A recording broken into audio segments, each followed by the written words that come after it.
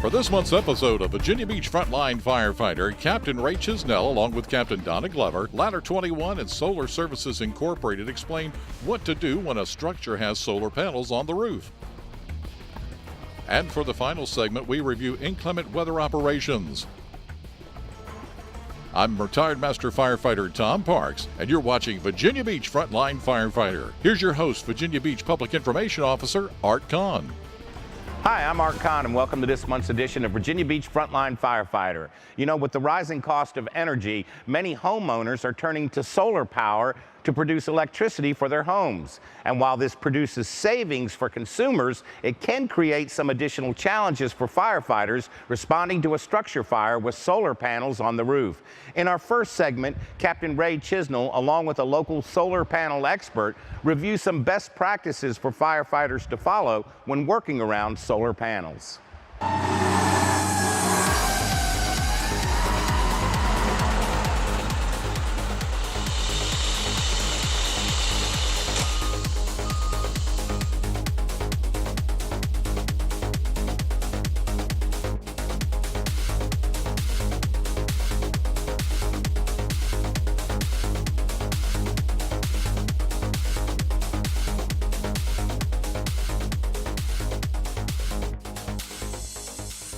Saw in some of the video, the fire crews rolled up on this house and they saw they had some solar panels on the roof.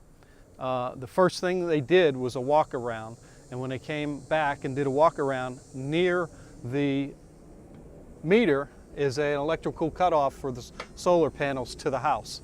So you can just open that up, and you can just switch the circuit breaker down, and it shuts off power to the meter and to the panel box. The walk-arounds are critical so they know what they're dealing with. Obviously, you can see the solar when you pull up 9 times out of 10.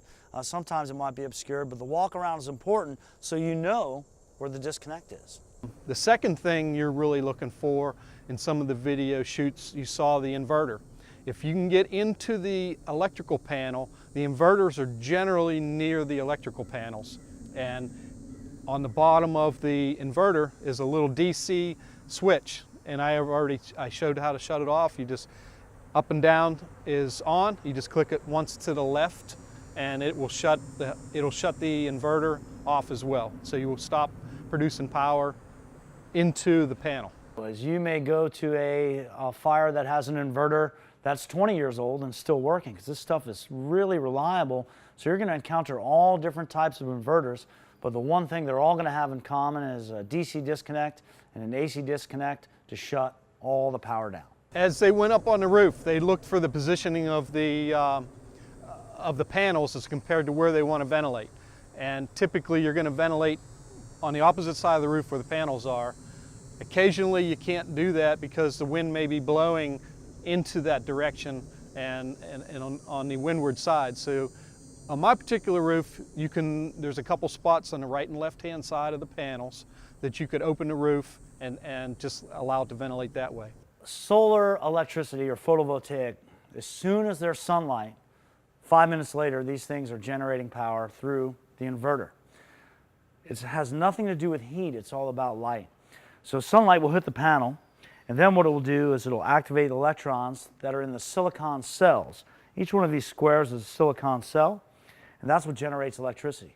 Then it runs through these little metal lines called bus bars, and then through the wires of the panel into a combiner box. And earlier we saw the combiner box in an attic. The combiner box could very well be in the attic, but 9 times out of 10, it's going to be on the roof. In that combiner box is where all the solar panels come together, positive and negative, and then that wire runs to the inverter. From the inverter to your electric panel, and that's what powers your whole house. So you would think that this is very hard to understand, but you can see there's not much to the science of it. 2 wires, a positive and negative. The electricity runs down through this wire, and on the back, it's just metal. Now, solar panels have changed throughout the years, and now you may be running to solar panels that are bifacial, where the back actually produces electricity as well. It wouldn't change the approach, but there's really not much to it. Also, the panels themselves, they were looking at the way they were mounted to the roof. And they were mounted they're just mounted to the trusses, and then they have 4 bars that go across, 4 mounting brackets, and then the panels mount to those. You definitely have to consider the extra weight on the roof, because if you have a lot of burn time, and the roof is, everybody's going to test the roof before they get on it. You're going to check the roof, you're going to do check with your tool and see if the roof is solid. If it's solid, you can get on the roof. You're going to put a roof ladder up on there, and then you'll be working off the roof ladder when you open your roof and make your ventilation holes. So the added weight of the system is going to be a concern. And plus you're going to have a crew of at least probably 3 firefighters up there, which are going to be 600 to 700 pounds on top of that up there as well working. Other than the little bit of weight, just to know the extra weights on there, and know that you're going to be limited to where you can actually ventilate, put the holes. And there's really nothing to be too much afraid about it, because you're going to get up there, you're going to make your ventilation holes, you're going to get back down, you're going to cut the power off either where I showed you here on the disconnect first off, or inside near the inverter box, and that's going to shut off power to a majority, all the house. The only power you'll still have left is the line that comes from the panels all the way down through the wall and to the inverter box. That will still be live, so you have to be careful of that. The only way to circumvent that is get up on the roof and open the combiner box and disconnect at the combiner box. But for my combiner box, I needed a Phillips head screwdriver to get into it, so you'll need some additional tools to get into it. You should not ventilate through the solar panels. You should not damage the solar panels in any way possible. If the sun is shining on them, they're producing electricity. And if they're producing electricity, if you put your metal halogen bar through it, you could get shocked. So you want to eliminate doing that. At nighttime, it's going to be an issue where you don't have to worry about it, but you still don't want to damage the panels if you can help it, because they're relatively expensive. Once the inverter is off, however, if it's sunlight, the panels are still generating electricity. So even though the inverter is off, if we have daylight, even on a cloudy day, even on a rainy day, this will be generating electricity. At nighttime, it's not a concern. It only operates when there is sunlight, usable sunlight. Like I said, cloudy or even rainy, it's still working.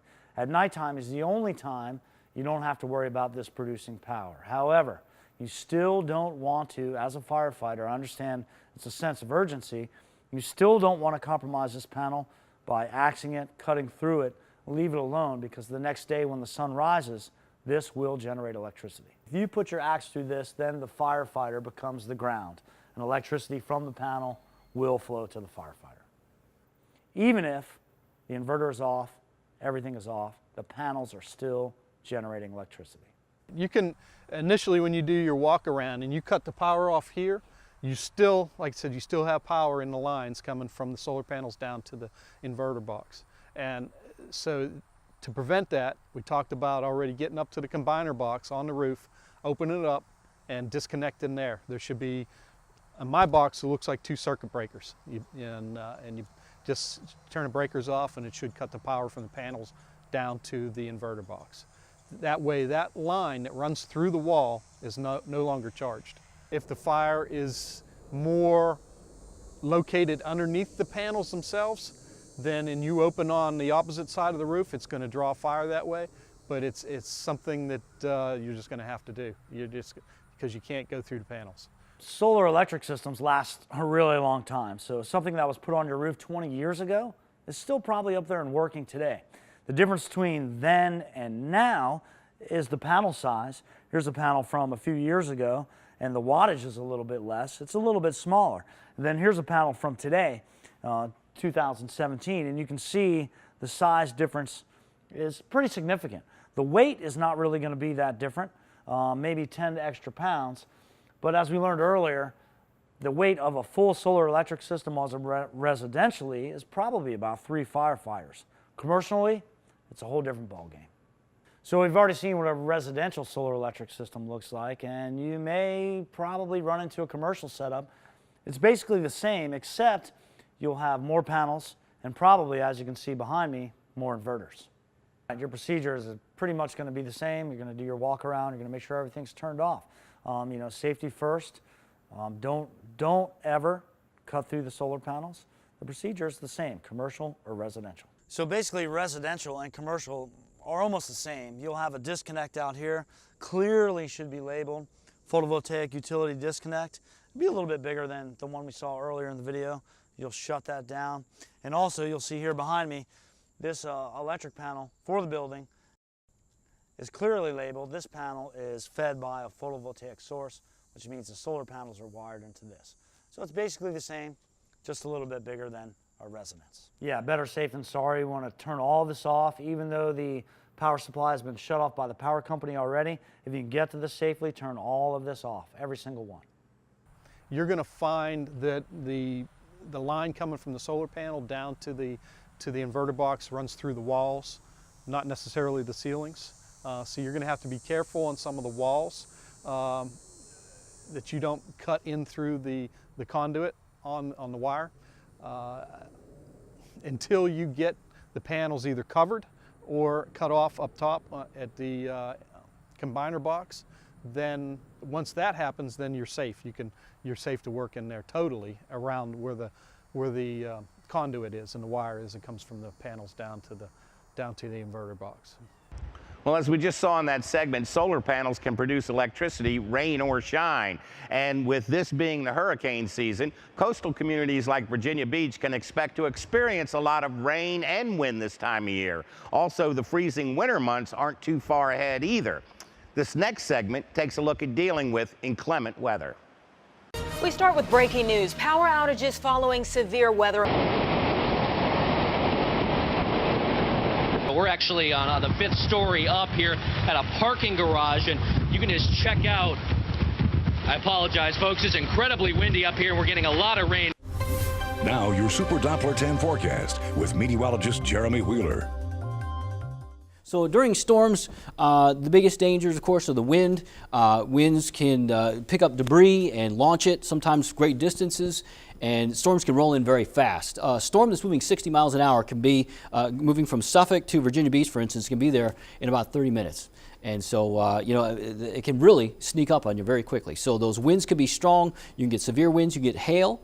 Small hail shouldn't do anything. I mean, pea-sized hail, it may hurt a little bit, but sometimes you can get golf ball-sized hail. You can get baseball-sized hail. In extreme cases, that's very dangerous also, and it can crack windshields. It can do damage to your vehicles and, of course, harm people. So, you know, hail is another threat. And then we talked about lightning. You have to be safe. You try and get inside. Of course, you know, sometimes the best thing to do is stay in your vehicle, including the fire truck. Just don't touch any metal if that happens. But lightning is a major concern, as you're more likely to get hit by the lightning or the wind than you are from hail. Main thing is to watch out for flying debris. If you got a big, strong thunderstorm, those winds can be strong. You can get winds gusting to 30 miles an hour, and that's not even severe. Winds gusting to 30, 45 miles an hour, that's not even considered severe. A severe thunderstorm wind is about 58 miles an hour or greater.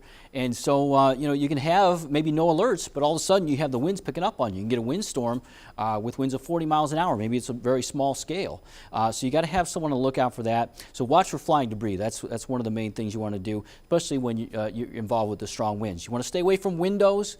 You know, you're inside these houses, these buildings. Debris flying could smash one of the windows, and you got glass flying around.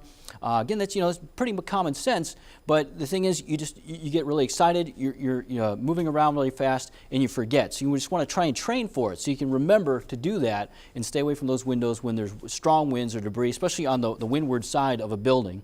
You want to communicate with someone that's watching the weather. You know, that's one of the probably most important things to do, because you've got guys that you have people that have to focus on what they have to do inside that building and try and rescue people. And so, you know, you don't have time to be looking out the window, which you're not supposed to do anyway, for the weather. So you got to be in communication with someone who's watching that weather, and that's probably one of the most important things that you can do. So the danger does increase with multiple stories. The wind increases as you go up in height, usually in a storm, especially during hurricanes.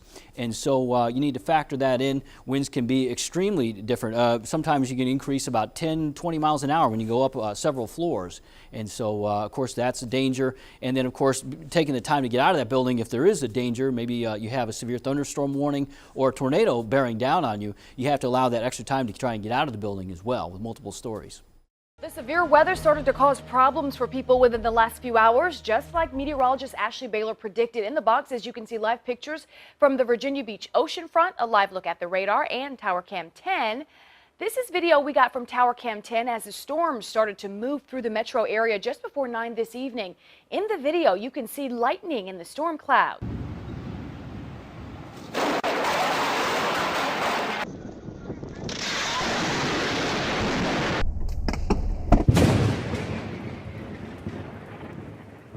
So there's a lot of misconceptions and myths about lightning. Lightning is very dangerous. There's no doubt about it. Lightning is always dangerous. And so one of the main myths, especially during the summertime, you've heard of something called heat lightning. And so heat lightning is just lightning in the distance, but usually summertime, these thunderstorms can reach heights of 55 to 65,000 feet. And so you can see them from very far away, especially the lightning when they happen at the top of the thunderstorm. So you might see the lightning and not hear the sound. People would think, oh, it's heat lightning. Well, that's not the case. If you get closer, you'll hear it. So again, it's kind of dangerous because people might think, oh, well, it's heat lightning, it's okay, it's in the distance. That's a myth. A thunderstorm might be sitting for a long period of time, but then it can move, or maybe another one's going to pop up, and that lightning is dangerous. Trust me, it is just bona fide lightning. It's just that you can't hear it and it's far away. So it's a myth that is a bit dangerous for some folks. Another myth that a lot of people think is, I wear rubber boots or we get rubber gloves, I'll be okay, I'll be insulated. Well, you might get a tad of insulation, but that lightning is so strong, and we're talking about hundreds of thousands of volts of electricity. And so, I mean, it can easily penetrate rubber boots, rubber gloves, and lots of materials that you're going to be wearing, all your uniforms. It can penetrate that.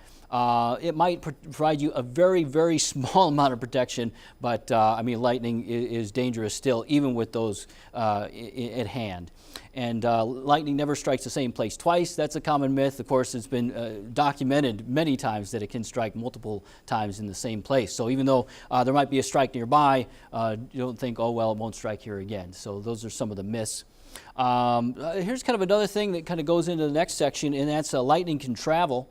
Lightning can travel from very far away, sometimes 10 miles away from a storm. So for instance, right there, this is the other side of the water. It's kind of an example. Let's say I'm in Portsmouth, this is Norfolk, or rather, I guess, let's say Virginia Beach even, pardon me. And, but either way, you see it from far away, and you think, oh, well, it won't get here. Lightning can strike about 10 miles away from the storm, and there's even some indications that lightning can strike even farther away, sometimes 20 miles away from the actual thunderstorm. So lightning in another city can actually try and strike close to you where you are. When lightning does strike, it can travel along power lines. It can get into homes and buildings. It can travel through pipes. Some people don't realize that people taking a shower sometimes have been struck by lightning inside the house. The lightning will strike a tree. It will go through the roots, and the roots will be wrapped around a pipe. It'll go through the pipe into the water. That's very rare, but it can happen, and it can come inside the house. Now to more coverage of the approach of Hurricane Matthew. Every time we see a big storm, there is flooding in the typical spots across Hampton roads. And it always causes big problems, sometimes a call to the fire department for rescues. Fireboat 6 in Virginia Beach. Working home, yeah. Hey, do you know, are you doing okay? Is there anything you need? No, this is the road, right? Yeah, this is the road. This is it. Flash flooding, what is that? Well, flash flooding is basically flooding that happens in a very short period of time. Typically, it's within 6 hours of the onset of the rain.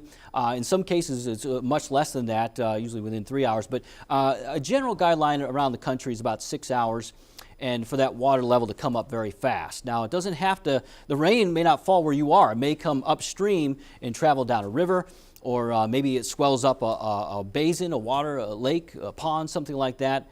So the water can rise up that way. And so flash flooding is very dangerous. People can get stuck. They can get caught off guard. Maybe they go to their destination, as with Matthew, and they think, well, I made it here okay, but then they try and make it back to where they came from, and all of a sudden that area is flooded out. So, the wording is, turn around, don't drown. You want to try and go the other direction. Of course, for the fire department, usually you have to get in there. You've got to get into those places where it's hard to reach. And so you got to try and just, go very, very slowly through that water And flash flooding can occur anywhere. That's kind of a myth that people think, oh, it can't happen here because I'm far from a river or high up elevation. But if you get enough water in a small location, you can get flash flooding, as we saw with Matthew. I mean, we had pretty much a flash flood for, I want to say, about 80% of this area. It was a hurricane that passed well south of us. It turned into a more of a nor'easter type storm as it passed Hatteras. It did pass south of Hatteras, but it spread out, and it spread out far and interacted with a cold front. And so the cold front and the moisture from Matthew created flash flooding on top of the surge that we had from the hurricane. Even though it was to our south, we still had tidal surge. And so what we had basically was tidal flooding, and on top of that, flash flooding from the rain. And so this is a new thing that's been impacting our area more and more over the last few years. Something that I've talked about, some symposiums, I've talked about it with the National Weather Service, other scientists around this area, something that we have to watch more and more, because now the tide comes up, that water can no longer drain into those areas. So this is something that has been paralyzing us at times, and it's causing a lot more nuisance. We're seeing a huge increase in nuisance tidal flooding, even when there's no rain. So now we're starting to have to, when it rains, try and figure out if the tide's coming in or not. And that's something that the fire department is going to have to start doing as well. You're going to have to try and figure out, is the tide coming in? Is it going to be here while we're on scene? And then, when we leave, will the tide be going out? Will it be coming in? How long do we have?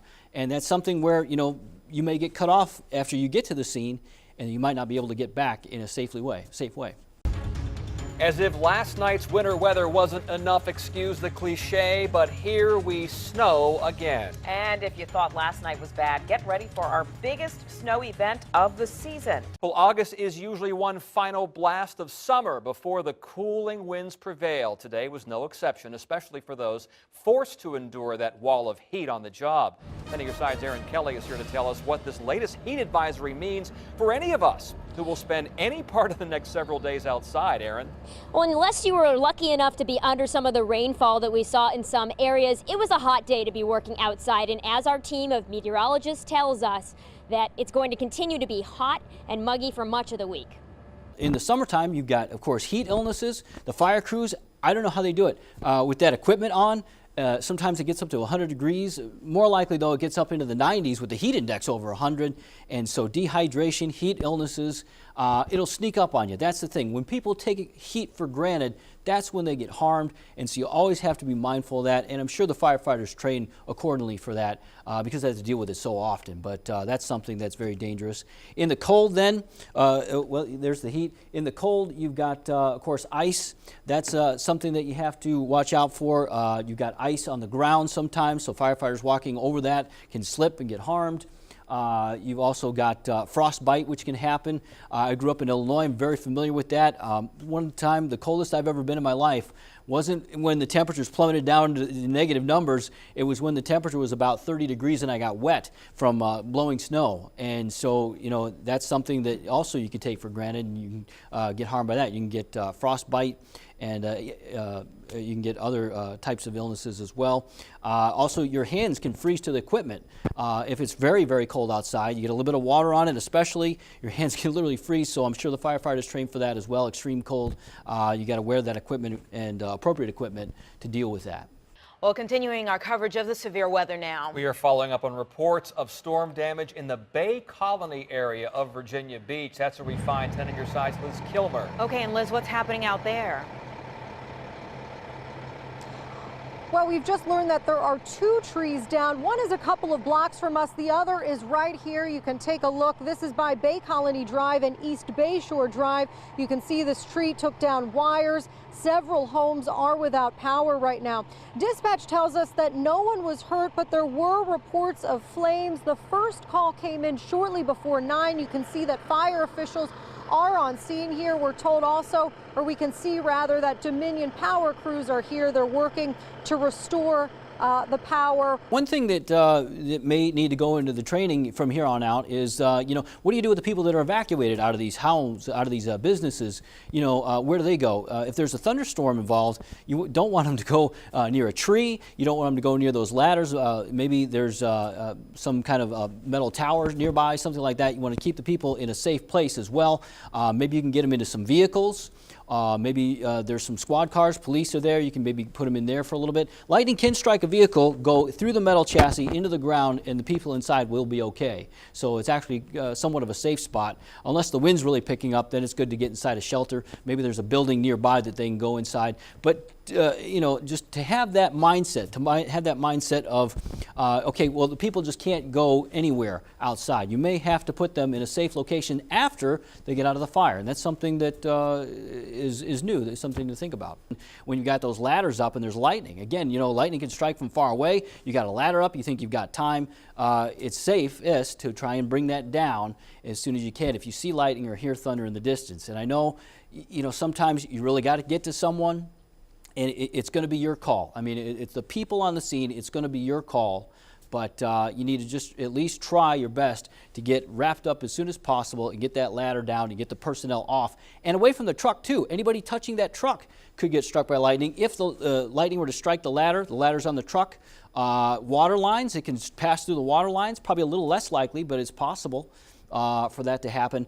And so, you know, think about that. What if one of your team, let's say several of your team members are near the truck or touching the truck, they get struck, and you're one of the few that are there, you may have to rescue your own teammates if there's a lightning strike nearby. So, yeah, it's scary stuff, but something that, you know, should be thought about. We can see that it is clear out here now. Hopefully this is the worst of the storm damage, but again, crews out here trying to make that work. 2 trees down here. Reporting live now in Virginia Beach, I'm Liz Kilmer, 10 on your side. Well, that's going to do it for this month's edition of Virginia Beach Frontline Firefighter. As always, we urge you to send any ideas you might have for future segments to Kirk Kellerhals at the information you see on your screen. We also remind you to watch us on YouTube, like us on Facebook, and follow us on Twitter. For Virginia Beach Frontline Firefighter, I'm Art Kahn.